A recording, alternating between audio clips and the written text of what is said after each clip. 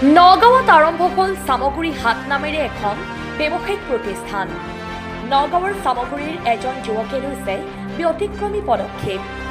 যিটো সময়ত যুৱক যুৱতীসকলে চাকৰি বিচাৰি হাবাথুৰি খোৱা দেখা গৈছে, সেই সময়ত নগাঁৱৰ সামগুৰিৰ তৰুণ হাজৰিকা নামৰ এজন যুৱকে লৈছে ব্যতিক্ৰমী পদক্ষেপ।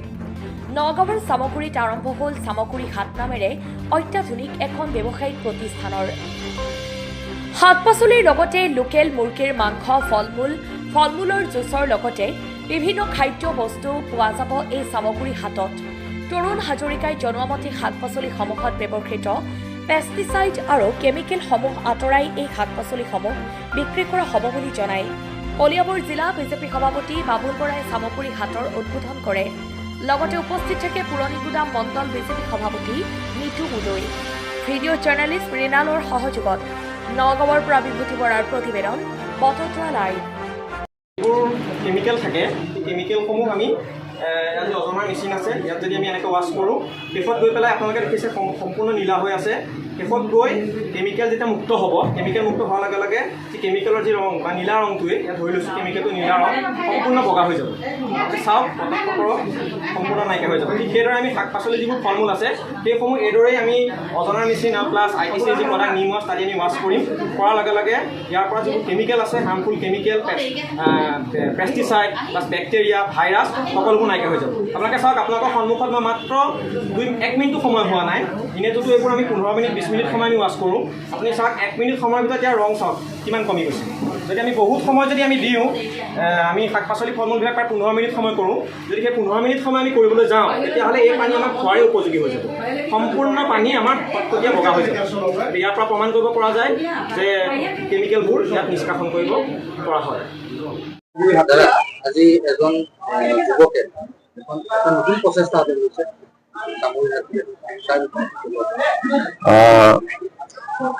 খুব ভাল পদক্ষেপ লৈছে আমাৰ উদীয়মান যুৱক সামগুৰি মাছ মজিয়াত সামগুৰি হাট নামেৰে যিখন বিপণী তেওঁ আজি খুলিছে আৰু আমি অপেনিং কৰিলোঁ। এই সময়ত এই বিপণীখনৰ মাধ্যমেৰে যি কেমিকেল মুক্ত ব্যৱস্থা কৰিছে, যে সকলো চব্জি, আমাৰ ফল মূল যিমানখিনি আমাৰ কেমিকেল দিয়া থাকে, কেমিকেলৰ মাধ্যমেৰে যাতে সোনকালে চব্জি হয় বা ফল মূলখিনি সজীৱ কৰি ৰখায়, এইখিনি যাতে বীজাণু মুক্ত কৰাৰ এটা যি উন্নতমানৰ ব্যৱস্থা, গতিকে এই ব্যৱস্থাটোক আমি ধন্যবাদ জনাইছোঁ। ইয়াৰ মাধ্যমেৰে সকলোৱে যাতে নিৰোগী হৈ থাকে, কাৰণ আমাৰ এই অঞ্চলৰ ৰাইজৰ বেছি বেমাৰ হয় কেৱল চব্জি আৰু ফল মূলৰ পৰাই। গতিকে সকলোখিনি কেমিকেল দিয়া খাদ্য আমি খাই থাকোঁ। গতিকে ইয়াৰ কাৰণে এটা খুব উন্নতমানৰ পদক্ষেপ গ্ৰহণ কৰিছে সামগুৰিবাসী ৰাইজৰ কাৰণে। এনেকুৱা যাতে আমাৰ সকলো অঞ্চলতে হয়, তাৰ কাৰণে মই আহ্বান জনাইছোঁ। আৰু এই বিপণীখনলৈ যাতে সকলোৱে আহি আমাৰ যিমানখিনি সামগ্ৰী দৰকাৰ খুব কম ৰেটত ইয়াৰ পৰা ল'ব পাৰিব, গতিকে মই আহ্বান জনাইছোঁ আৰু আজি এই বিপণীখন উদ্বোধন কৰিলোঁ বুলি ঘোষণা কৰিলোঁ।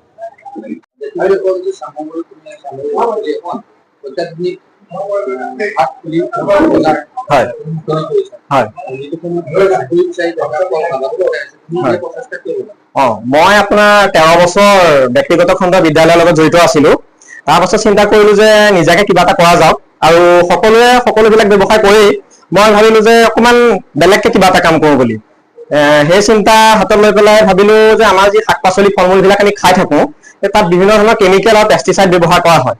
আৰু কেমিকেল পেষ্টিচাইড কৃষকে ব্যৱহাৰ কৰিবই লাগিব, নহ'লে শাক পাচলি ফল মূলবিলাকতো উৎপাদন নহ'ব না, পোক লাগিব, বেয়া হৈ যাব। গতিকে তেওঁলোকে ব্যৱহাৰ কৰিবই লাগিব। কিন্তু মই চিন্তা কৰিলোঁ যে কি, আমাৰ ITC এটা প্ৰডাক্ট আছে নিম ৱাছ বুলি, সেই নিম ৱাছটো দি আমি যদি ৱাছ কৰা যায়, তেতিয়াহ'লে শাক পাচলিৰ পৰা কেমিকেল পেষ্টিচাইড সেইবোৰ আঁতৰ হয়। আৰু প্লাছ যি অজনা যি মেচিন আছে, সেই অজনা মেচিনৰ জৰিয়তে আমি শাক পাচলি ফল মূলবিলাক যদি ৱাছ কৰা যায়, তেতিয়াহ'লে তাৰ পৰা chemical, harmful chemical, pesticide, bacteria, virus সকলোবোৰ আঁতৰ হ'ব। আৰু গ্ৰাহকৰ কাৰণে কি হ'ব, তেতিয়া আমাৰ যিমানেই নহওক এই শাক পাচলি ফল মূলবিলাকৰ পৰা কেমিকেল পেষ্টিচাইড পেটলৈ গৈ আমাৰ বিভিন্ন ধৰণৰ বেমাৰ আজাৰ হৈ আছে, সেই বেমাৰ আজাৰবোৰৰ পৰা আমি নিৰোগী হৈ থাকিব পাৰিম। আৰু 2 নম্বৰতে মোৰ ইয়াত আপোনাৰ দাম নিৰ্দিষ্ট কৰি দিয়া হৈ আছে, আৰু আপোনালোকে ইয়াত হ'ব মন গ'লে এটাও ল'ব পাৰিব। আপোনালোকে যদি ভাবে যে মই ভাত কেৰেলা এটাকে কিনো, আপোনালোকে এটা ভাত কেৰেলাও ল'ব পাৰিব। এটা ভাত কেৰেলা ওজন কৰি দিয়াৰ লগে লগে মোৰ বিল আছে, মোৰ বিল ওলাই যাব।